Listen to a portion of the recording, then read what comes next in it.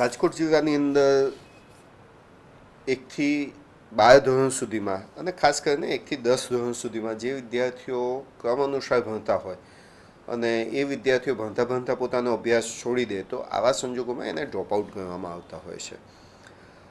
CTS child tracking system જે રાજ્ય સરકાર અને ભારત સરકારની જે ચાલુ છે એ CTSના આંકડાઓ મુજબ ગત વર્ષે 32,948 જેટલા વિદ્યાર્થીઓનું ટ્રેકિંગ CTSના આધારે થતું નહોતું. આ વિદ્યાર્થીઓના આંકડા રાજ્ય સરકાર તરફથી અમને આપવામાં આવે, શિક્ષણ વિભાગ તરફથી આપવામાં આવે ને તેનો સર્વે CRC મિત્રો દ્વારા કરાવવામાં આવ્યો. CRC અને શિક્ષક મિત્રો દ્વારા જ્યારે આનો સર્વે કરાવવામાં આવ્યો ત્યારે અમુક બાબતો જે ખૂબ સારી હતી તે પણ ધ્યાન ઉપર આવી અને ક્યાંક જે આપણે જાગૃત થવા જેવું હતું તે બાબતો પણ ધ્યાન ઉપર આવી છે. કેટલાક વિદ્યાર્થીઓ એવા હતા કે જે ઓલરેડી એની એ સ્કૂલમાં પોતાનો અભ્યાસ ચાલુ કરી દીધો હતો, તે બાળકો પણ એવા મળી આવ્યા છે. તે આંકડો પણ ખૂબ સન્માનજનક છે. કેટલાક વાલીઓને સમજૂત કર્યા અને ફરીથી રીએનરોલમેન્ટ કરાવડાવ્યા અને આ વર્ષના પ્રવેશોત્સવ જે થવાનો છે હવે જે 17, 18, 19 તારીખોમાં જૂન મહિનામાં જે શાળા પ્રવેશોત્સવ થવાનો છે તેમાં આ બાળકોને અમે પ્રવેશ સુનિશ્ચિત કરવાના છીએ.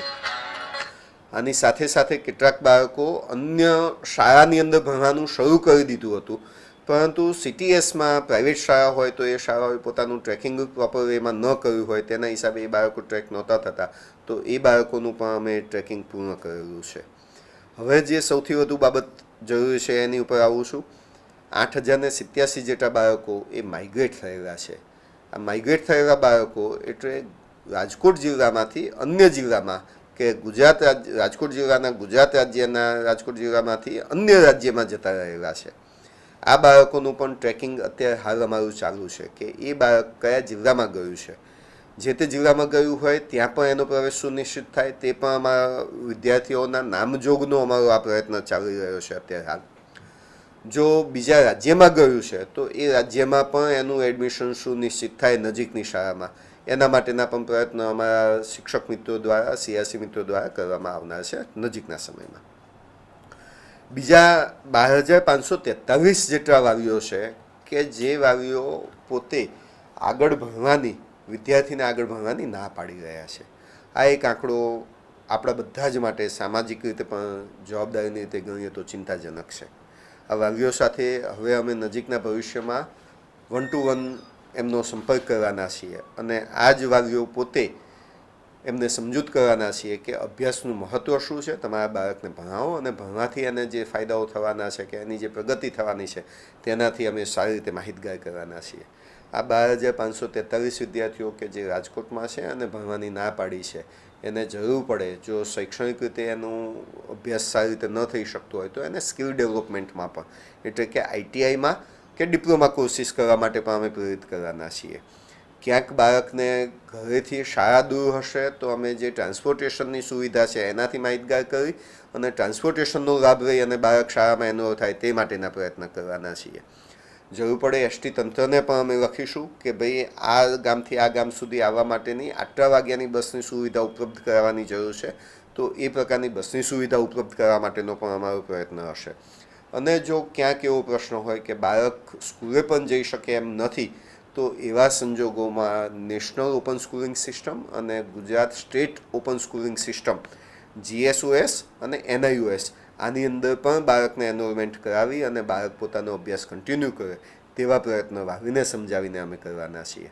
આ માટેનો અમારું પોતાનું એક આયોજન એવું છે કે જે ગામમાં માધ્યમિક શાળા નથી અને દીકરીઓ જો ભણવા બીજા ગામ સુધી નથી જઈ શકતી તો રાજ્ય સરકારની વંદે ભારતની જે ચેનલો છે એમાં ધોરણ વાઇઝ જુદા જુદા અભ્યાસક્રમો માટેના સેલ્ફ લર્નેડ વિડીયો આવતા હોય છે. તો પ્રાથમિક શાળામાં જે શાળામાં દીકરીએ 1 થી 8 ધોરણનો અભ્યાસક્રમ પૂરો કર્યો હોય એ જ શાળામાં બેસાડી અને આગળના ધોરણો માટેનું અભ્યાસ જે છે એ વંદે ભારતની ચેનલ ઉપરથી કરે અને 10મા ધોરણની પરીક્ષા જે છે કે 9મા ધોરણની જે પરીક્ષા છે એ GSOSમાં એટલે કે ગુજરાત સ્ટેટ ઓપન સ્કૂલિંગ સિસ્ટમના માધ્યમથી એ પોતાનું 10મા ધોરણનો અભ્યાસક્રમ પૂર્ણ કરે અને પછી પોતાનો બાળકીનો આગળનો અભ્યાસ આગળ વધારે તેવો પણ અમારો પ્રયત્ન રહેશે. 2,685 જેટલા બાળકો જે છે જે અનટ્રેક છે, જે બાળકોના વાલીઓના મોબાઈલ નંબર તે હાલ આપણને ઉપલબ્ધ થતા નથી અથવા તો એ મોબાઈલ નંબર બદલાઈ ગયેલો છે, આવી પણ ક્યાંક ક્યાંક માહિતી અમારા સુધી પહોંચેલી છે. તો આ બાળક છેલ્લે જે સ્કૂલમાં અભ્યાસ કરતું હોય તે સ્કૂલના શિક્ષક મિત્રો પોતે છેલ્લું એનું જે રેસિડન્સ એડ્રેસ છે ત્યાં જઈ સંપર્ક કરશે અને ત્યાં આજુબાજુમાં જઈ અને કઈ શાળામાંથી એને છેલ્લે કઈ જગ્યાએ ગયા એવા પાડોશી પાસેથી પણ માહિતી મેળવવાનો કે એનો બદલાયેલો જો ફોન નંબર હોય અથવા તો કોઈ મિલમાં કામ અથવા કારખાનામાં કામ કરતા હોય તો કારખાનાના માલિક સાથે પણ સંપર્ક કરી અને એ વાલી કઈ જગ્યાએ ગયા છે અથવા તો એનો બીજો નંબર કયો છે એ નંબર મેળવી એ બાળકોને ટ્રેક કરી અને એ બાળકોનું પણ આગળનો અભ્યાસ ચાલુ રહે તેવા અમારા શિક્ષણ વિભાગ તરફથી પ્રયત્નો થવાના છે. સમગ્ર રાજ્યમાં આ પ્રકારની કસરત ચાલુ છે. આ જ પ્રકારની કસરત રાજકોટ જિલ્લામાં પણ ચાલુ છે.